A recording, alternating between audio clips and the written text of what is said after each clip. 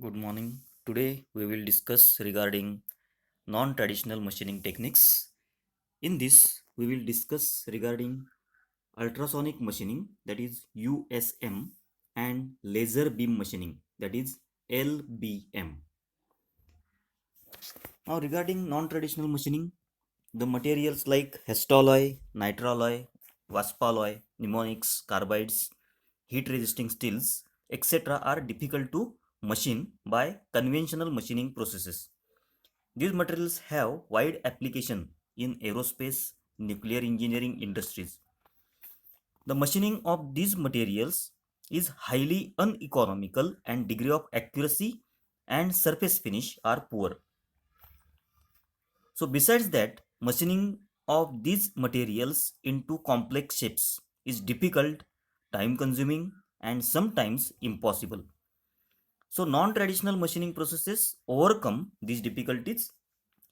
These processes are non-traditional or non-conventional in the sense that they do not employ a conventional or traditional tool for metal removal.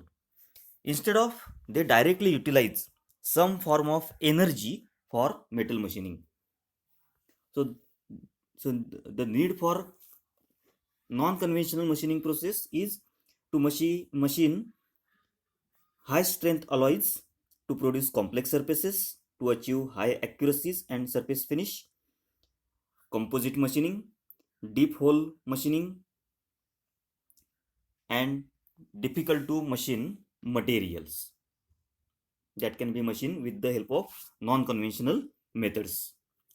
So this is a comparison between conventional and non-conventional. So there is a, in a conventional there is a direct contact of tool, cutting tool, it is always harder, and tool life it is less due to high wear in case of conventional. But in case of non-conventional, there is a no direct contact of the tool with the work, and the tool may not be harder or it may not be physical presence, and due to no contact with the work material, the tool life it is more. In case of conventional, material removal takes place due to application of cutting force and it is suitable for all material. But in case of non-conventional, it uses different energy like electrical, thermochemical, etc. to provide machining, and it is not suitable for all the materials. So this is a comparison between conventional and non-conventional machining. So this is classification of non-traditional machining. So first category is mechanical processes or mechanical energy method. So in this method, the material is principally removed by mechanical erosion of workpiece material. Second category is electrochemical processes. So in electrochemical energy method, this method involve electrolytic dissolution of the workpiece material in contact with chemical solution. Third category, electrothermal process or thermal energy method. So in these methods, the thermal energy is employed to melt and vaporize tiny particles of work material by concentrating heat energy on a small area of workpiece. And fourth is chemical energy method.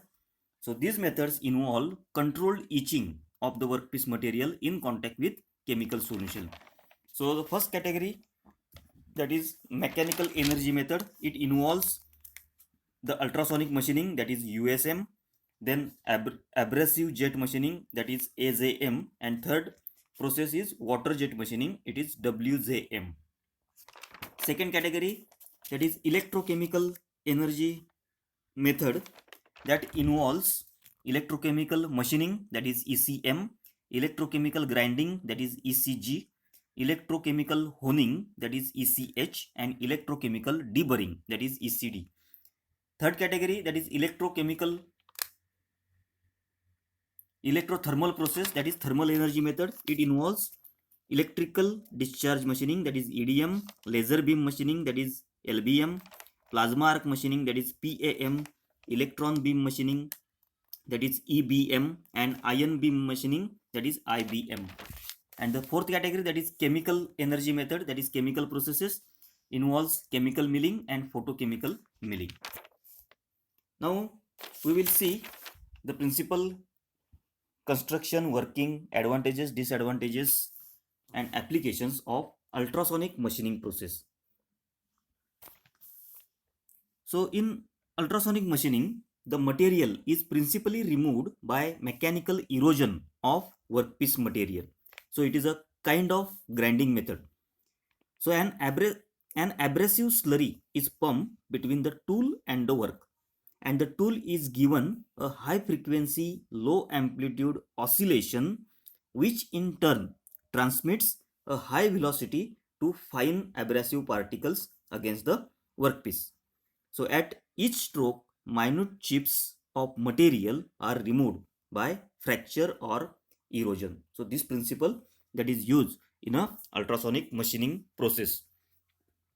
So the process is performed by a cutting tool which oscillates at high frequency in abrasive slurry. The shape of the tool corresponds to the shape of the workpiece. The high-speed reciprocations of the tool drive an abrasive grain across the small gap against the workpiece. So the tool is gradually fed with the uniform force. So this is a diagram of ultrasonic machining. At the top you can see there is a high frequency power supply is given to the that is a transducer which converts one form of energy into another form. So here it is by the transducer the electrical energy it is converted into mechanical energy. Due to that the tool oscillates. Then at the bottom there is a tool and there is a fixture on which workpiece it is placed, and over the workpiece there is a tool and the abrasive slurry that is pass between the tool and the work. So regarding the construction, the equipment consists of transducer, a tool holder and a tool. The linear oscillatory motion of the tool is obtained by transducer which converts electrical energy into mechanical energy. The transducer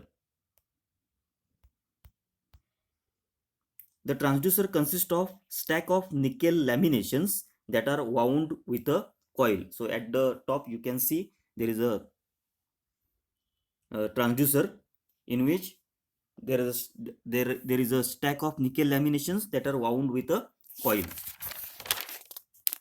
When a high frequency current is passed through the coil, changes in electromagnetic field produce longitudinal strain in a laminations, and these longitudinal strains are transmitted to the tool through the tool holder.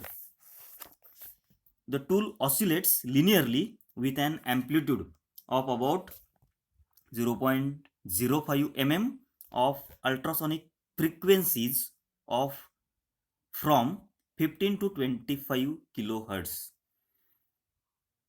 So the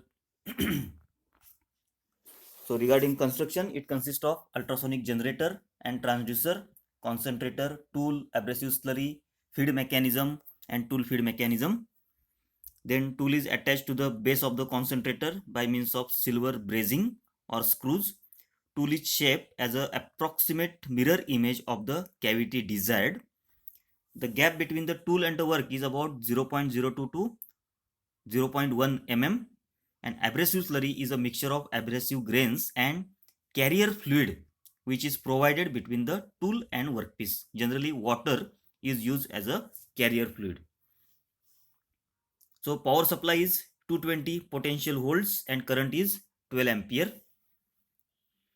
The tool, whose shape is essentially reproduced, made up of a soft ductile material that is easily machined. This tool, it is brazed, soldered or fastened mechanically to the transducer through the tool holder. So the abrasive used in ultrasonic machining can be aluminum oxide, boron carbide or silicon carbide grains in the form of slurry. Now regarding the working, the ultrasonic transducer converts electrical energy into ultrasonic waves or vibrations using magnetorestrictive effects. Tool vibrates longitudinally at 20 to 30 kHz with amplitude 0.02 mm. Press on a work surface with light force. Concentrator increase the amplitude of vibration in order to give required force amplitude ratio. The abrasive particles in the form of abrasive slurry is continuously circulated between tool and work. The tool performs hampering action on abrasive particles. The vibration of tool tip accelerates the abrasive particles at high rate and it imparts the necessary force for cutting action. The tool is generally moved down by means of tool feed mechanism to maintain constant gap. So different process parameters are vibration frequency is 15 to 30 kilohertz, vibration amplitude that is 25 to 100 microns, gap is 0.02 to 0.1 mm, surface finish 0.2 to 0.8 micrometer, metal removal rate is 300 mm cube per minute. So this is the system components: power supply, transducer, tool holder, tool and abrasive slurry that is shown in a diagram. So different system components are the transducer. So photoelectric transducers that are used that utilize the crystals like quartz whose dimensions alter when being subjected to electrostatic fields and the charge is directly proportional to the applied voltage. Then the abrasive slurry. So common types of abrasives: boron carbide, good but it is expensive. Then silicon carbide, glass, germanium, ceramics, corundum, diamond that can be used as an abrasive slurry, and carrier fluid that is a liquid that is used is the water most commonly used, or you can use benzene, glycerol, oils, but high viscosity decreases metal removal rate. Then tool holder that is used, so this is a form of tool holder that is used for the in a USM process. The shape of the tool holder is cylindrical or conical or a modified cone which helps in magnifying the tool tip vibrations. Its function is to increase the tool vibration amplitude and to match the vibrator to the acoustic load. So these are the tool forms, tool holder, different types of tool holders that are shown: exponential, tapered and step. Then the tool, so the tool material should be tough and ductile. Low carbon steels and stainless steels give good performance. So tools are usually 25 mm long. Its size is equal to the hole size minus twice the size of the abrasive. Then process parameters that we have already seen: amplitude of vibration that is 15 to 50. Then the frequency of vibration 19 to 25 kilohertz. Then the abrasive size that is given. So these are the different process parameters. So applications of USM: it is used for machining of hard and brittle materials like ceramics, boron carbide, titanium carbide. Then USM enables the dentist to drill a hole of any shape on teeth painlessly.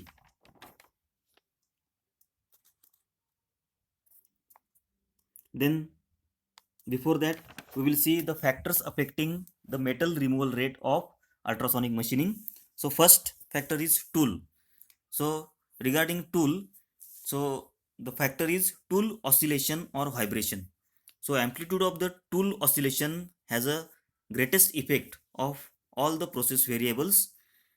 Metal removal rate increases with a rise in a tool vibration amplitude. Then tool hardness and wearability. If hardness of the tool is high and wearability is less, results high metal removal rate. Then tool shape. Increase in tool area decreases machining rate due to inadequate distribution of abrasive slurry over entire area. Then fatigue strength and accuracy of the tool. So metal removal rate will be increased by high fatigue strength and accuracy of the tool. Then second factor is abrasive slurry.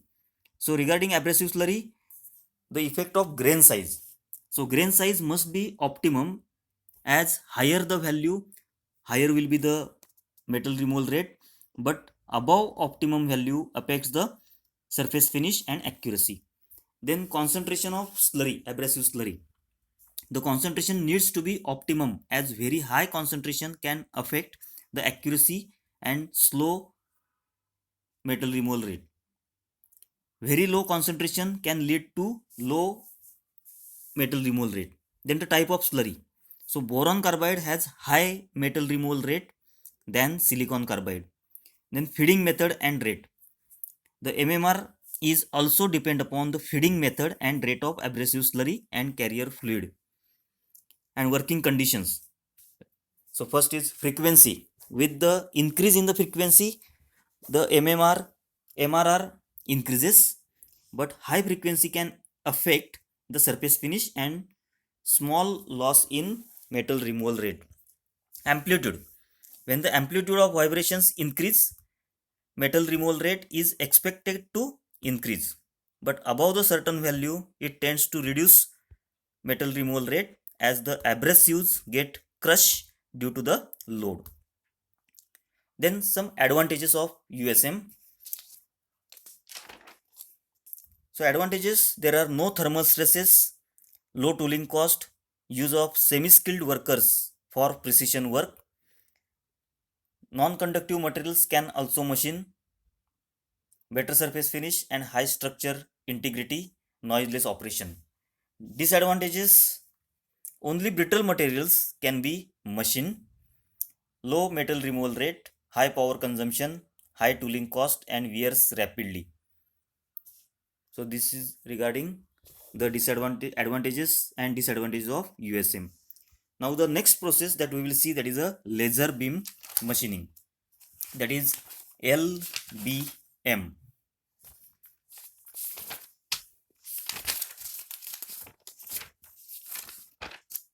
So regarding the principle, so in this method, the thermal energy is employed to melt and vaporize tiny particles of work material by concentrating heat energy on a small area of workpiece. A laser, so long form of laser is light amplification by stimulated emission of radiation. It is a device which produces a beam of light. Laser light can be a very powerful source of power. In LBM, exceedingly high electromagnetic energy densities are focused on the surface of workpiece to remove metal by melting and vaporization. So this is a principle that is used in a laser beam machining. So laser beam machining, it is a non-traditional subtractive manufacturing process, a form of machining in which laser is directed towards the workpiece for machining. So it uses the thermal energy to remove material from metallic or non-metallic surfaces. So this is a laser. So it is a thermal metal removal process which uses laser beam to melt and vaporize particles. So laser is light amplification of stimulated emission of radiation. So light amplification by stimulated emission of radiation. Then this is a diagram of laser. So you can see there is a ruby laser inside the enclosure. Then there is a flash tube. Then reflective mirrors are placed. Then power supply, cooling system is there. Then partial reflecting surface or the mirror is there, and laser beam that is impinges on a work surface. So construction, it consists of cylindrical crystal, Rubik tube, flash tube, focusing lens, power supply source, total and partial reflecting mirror and cooling system. So on one side of ruby laser tube, you can see there is a total reflecting mirror and partial reflecting mirror that is placed. Ruby is aluminum oxide with 0.05% chromium disperse, and its one end is blocked with total reflective mirror while the other end having partially reflected mirror. So flash tube, it is placed outside ruby crystal. So you can see outside the ruby crystal there are the flashlights on either side that is placed inside the enclosure. Then working, capacitor bank is charged by high voltage energy supplied which energizes flash tube by triggering system. Flash tube flashes white light and chromium atoms in a ruby crystal absorb this energy and get excited. So these atoms pump to a high energy level and drop back to original state. So when atoms jump from one to another level, it emits photons, that is red fluorescent light. This phenomenon is known as lasering action or stimulation effect. Due to reflection, this effect is enhanced and finally photons will come out from partially reflected mirror with great intensity called a laser. So laser beam is focused with the help of lens and work is placed near the focal point of the lens. Due to high temperature, work material will melt and vaporize. So ruby rod becomes high efficient at low temperatures. Thus, it is continuous cooled with water or liquid nitrogen. This is a working that is shown. So there is a flash lamp that is represented by yellow color. These are the flash lamp, and inside that there is a ruby crystal which absorbs the rays or the light from the flash lamp, and the chromium atoms that get excited, and through the partially reflecting mirror it comes out, and by the use of the lens this beam of light it is focused on a workpiece. Due to that the workpiece material melt and vaporizes. So lasers that are used, that is the gas lasers, solid state lasers, and excimer lasers. Process parameters: voltage that is 4500 volts, pulse duration 100 microsecond, metal removal rate 0.1 mm cube per minute, surface finish. Then applications of LBM, that is laser drilling, laser metal cutting, laser welding. Now we will see some factors affecting metal removal rate in LBM. So first is wavelength of laser. So shorter wavelength of laser leads to higher absorption in metallic material, that is higher metal removal rate. Power.